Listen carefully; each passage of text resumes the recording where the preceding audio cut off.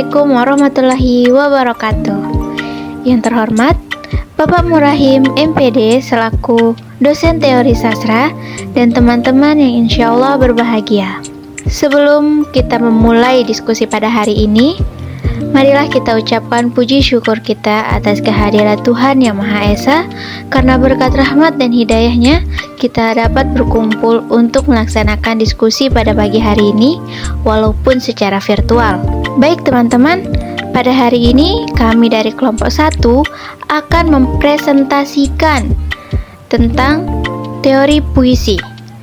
Saya, Tria Rezeki Umais, di sini selaku moderator, dan rekan-rekan saya, Wanda Agus Risanti sebagai pemateri pertama, Nirma Holis Azlin sebagai pemateri kedua, dan Supiani sebagai pemateri ketiga sekaligus notulen.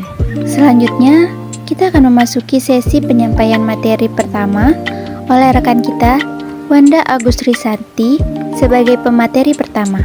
Dipersilahkan.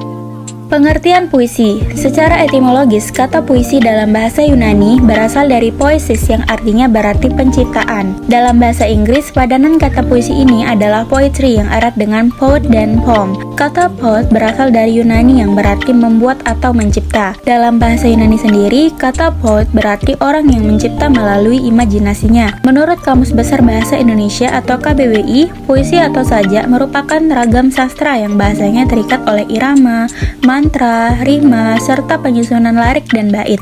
Dari pengertian yang dikemukakan oleh para ahli dan KBBI, dapat disimpulkan bahwa puisi adalah pemikiran penyair dituliskan dengan menggunakan beragam pemilihan kata yang indah, sehingga dapat memikat para pembaca. Puisi memiliki nilai estetika yang berbeda-beda tergantung penulis puisi.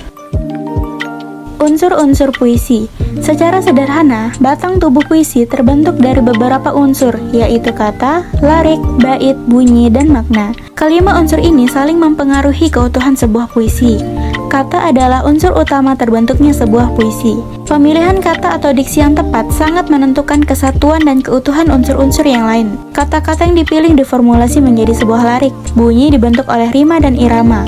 Rima atau persajakan adalah bunyi-bunyi yang ditimbulkan oleh huruf atau kata-kata dalam lirik dan bait. Sedangkan irama atau ritme adalah pergantian tinggi rendah, panjang pendek, dan keras lembut ucapan bunyi. Makna adalah unsur tujuan dari pemilihan kata, pembentukan lirik, dan bait. Makna bisa menjadi isi dan pesan dari puisi tersebut. Melalui makna inilah misi penulis puisi disampaikan. Untuk pemateri kedua akan dibacakan oleh teman kita, Nirma Holis Azlin. Kepadanya dipersilahkan. Yang ketiga, ragam jenis puisi. 1. Puisi lama. Puisi lama adalah salah satu karya sastra berupa puisi yang masih terikat dengan aturan-aturan baku tertentu dalam pembuatannya. Aturan-aturan itu sendiri berhubungan dengan kata, baris, bait, rima, dan irama dalam puisi tersebut. Puisi baru atau yang disebut juga dengan puisi modern adalah kebalikan dari puisi lama, di mana puisi baru tidak lagi terikat dengan aturan-aturan tersebut. Yang termasuk dalam puisi lama antara lain pantun, syair, gurindam, dan mantra. Yang kedua, puisi baru. Puisi baru adalah jenis puisi yang tidak terikat dengan aturan-aturan baku tertentu dalam pembuatan atau pembacaannya. Artinya, puisi baru merupakan jenis puisi yang bebas, tidak terikat dengan aturan terkait dengan jumlah suku kata, jumlah baris, rima, sajak, ataupun jumlah dalam pembuatannya. Yang termasuk dalam puisi baru antara lain adalah balada, himne, ode, epigram, romansa, dan elegi. Puisi lama. Contoh puisi lama antara lain A. Pantun. Pantun merupakan puisi lama Indonesia. Hampir di seluruh Nusantara memiliki kebiasaan atau tradisi berpantun. Terdiri atas dua bagian, yaitu sampiran dan isi. Sampiran yaitu dua baris pertama dan biasanya tak memiliki hubungan dengan bagian kedua yang menyampaikan maksud selain rima atau sajak. Yang B. Syair. Syair adalah puisi atau karangan dalam bentuk terkait yang mementingkan irama sajak. Biasanya terdiri dari 4 baris berirama A, A, A, A. Keempat baris tersebut mengandung arti maksud penyair. Pada pantun, 2 baris terakhir yang mengandung maksud syair berasal dari Arab. C. Gurindam.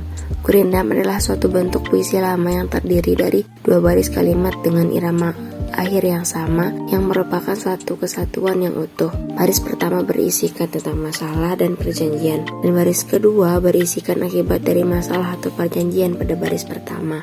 D. Mantra. Mantra adalah sarana berkomunikasi dengan yang gaib dan sakti, maka tidak semua orang mampu berhubungan dengan gaib. Puisi baru. Puisi baru diantaranya sebagai berikut. A. Balada. Balada adalah jenis puisi baru yang berisi kisah dan cerita tertentu. Balada terdiri atas 3 bait dengan tiap bait terdiri atas 8 baris dan berima AB, AB, C, C, B. Kemudian beralih jadi berima AB, AB, B, C, C, B, C. B. Himne. Himne adalah jenis puisi baru yang berisi pujian untuk Tuhan, dewa, pahlawan, tanah air, dan atau alma mater dalam dunia sastra. Namun kini, himne menjadi puisi yang dinyanyikan. C. Ode. Ode adalah jenis puisi yang berisi tentang sanjungan atau pujian. Kata-kata yang digunakan anggun namun resmi. D. Epigram. Epigram adalah puisi yang berisi tentang tuntunan dalam hidup. E. Romansa. Romansa adalah salah satu jenis puisi baru yang berisi tentang luapan rasa cinta dan kasih. F. Elegi. Elegi adalah jenis puisi baru yang berisi tentang luapan perasaan kesedihan. Puisi ini bertujuan untuk mengungkapkan perasaan duka cita, sedih, rindu, terutama karena kepergian seseorang atau penyesalan di masa lalu. Oke, untuk materi terakhir akan dibacakan oleh teman kita, Supiani. Kepadanya dipersilahkan. Ciri puisi. Berikut yang termasuk ciri-ciri puisi lama. 1. Anonim atau pengarangnya tidak diketahui. 2. Terikat jumlah baris, rima, dan irama. 3. Merupakan kesusastraan lisan. 4. Gaya bahasanya statis atau tetap dan klis. 5. Isinya fantastis dan istana sentris. Berikut ciri-ciri puisi baru. 1. Pengarangnya diketahui. 2. Tidak terikat jumlah baris, rima, dan irama. 3. Berkembang secara lisan dan tertulis. 4. Gaya bahasanya dinamis atau berubah-ubah. 5. Isinya tentang kehidupan. Struktur batin dan struktur fisik. Struktur batin. A. Tema. Tema atau ide atau gagasan adalah pokok persoalan dalam puisi. Hanya ada satu tema utama di dalam satu puisi, walaupun puisi tersebut panjang atau sangat panjang. B. Rasa atau feeling. Rasa adalah apresiasi, sikap, atau emosional penyair terhadap pokok permasalahan yang disampaikan di dalam puisi yang ditulisnya. C. Nada atau tone. Pengertian nada dalam struktur batin puisi mengacu kepada sikap penyair terhadap persoalan yang dibicarakan di dalam karyanya. D. Amanat atau intention. Amanat atau tujuan atau maksud adalah pesan yang ingin disampaikan oleh penyair. Baiklah teman-teman, kita sudah mendengar pemaparan materi dari kelompok 1 mengenai teori puisi. Rangkaian acara diskusi pada hari ini telah selesai. Saya berterima kasih kepada teman-teman yang sudah mengikuti diskusi pada pagi hari ini. Demikianlah diskusi dari kelompok 1. Marilah sama-sama kita mengucapkan Alhamdulillah. Saya sebagai moderator mohon maaf jika ada kesalahan dari kelompok kami, karena kesempurnaan hanyalah milik Allah Subhanahu wa Ta'ala dan kesalahan datangnya dari kami. Sekian dari kami. Wassalamualaikum warahmatullahi wabarakatuh.